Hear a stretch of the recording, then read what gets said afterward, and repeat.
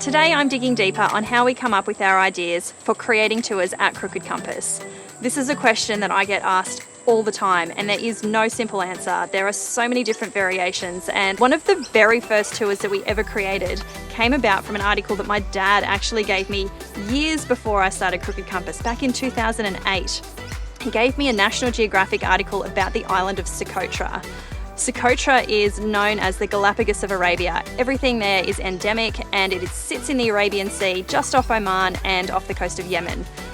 That was one of our first tours that we ever launched in 2014 when Crooked Compass was born.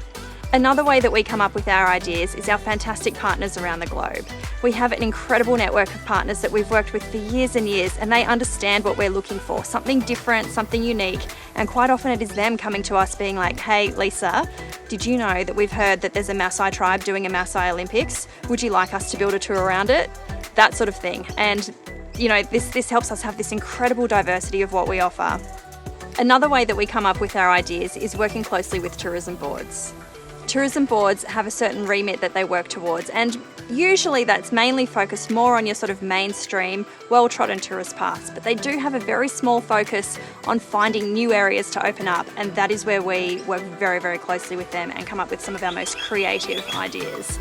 To give you an example, our Whispers Through the Empty Quarter tour in Oman is a traverse through the empty quarter, which is this expansive desert that actually connects Oman, Yemen and Saudi Arabia.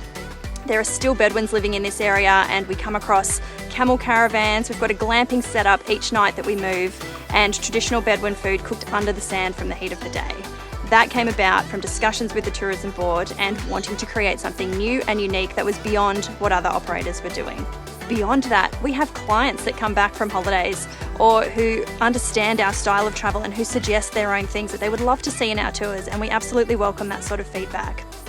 One that we're working on at the moment is a luxury hiking tour in Peru.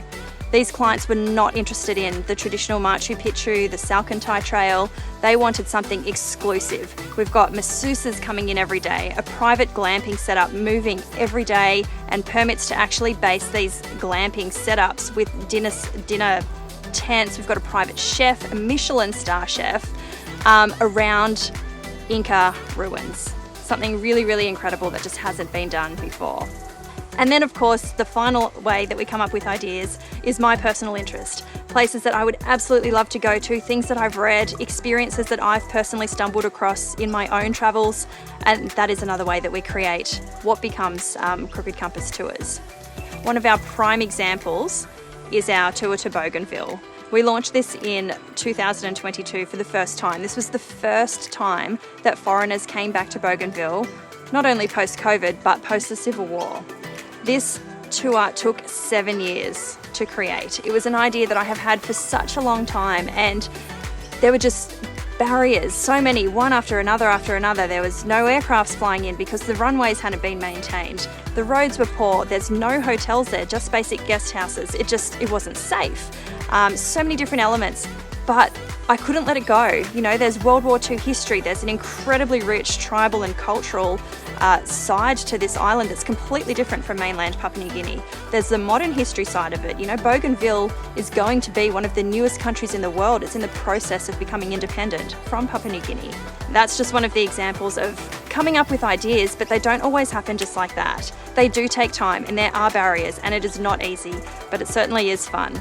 So if there's anything that you would like to know more about, whether it's a tour, a destination, an idea, please visit our website or drop us an email.